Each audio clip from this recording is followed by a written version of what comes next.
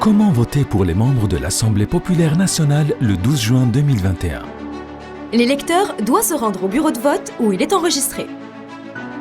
Pour vérifier l'identité de l'électeur, la carte d'identité nationale ou le passeport doit être présenté, joint à la carte d'électeur, sans toucher à ce document, par les membres du bureau de vote.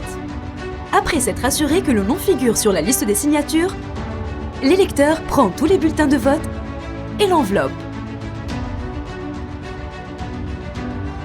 L'électeur se rend à l'isoloir de vote muni de son stylo à utiliser dans le processus de vote.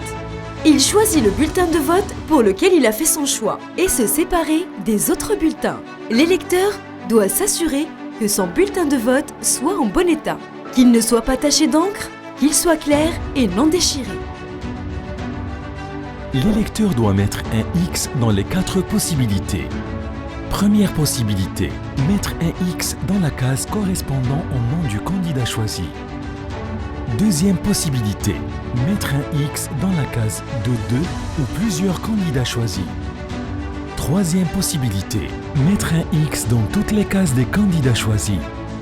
Quatrième possibilité, dans le cas où aucun candidat n'a été sélectionné, le vote sera pour toute la liste en question. L'électeur a accordé son vote à tous les candidats de manière égale. De cette façon, l'électeur aura accordé son vote à tous les candidats de manière égale.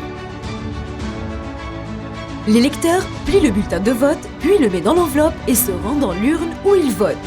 En plaçant l'enveloppe à l'intérieur de l'urne, l'électeur doit bien mettre son index gauche dans l'encre et l'empreinte digitale obligatoire sur la feuille de signature. Les mots « élu » ainsi que « daté » sont placés sur la carte d'électeur sans y toucher. Si tu veux le changement, absent.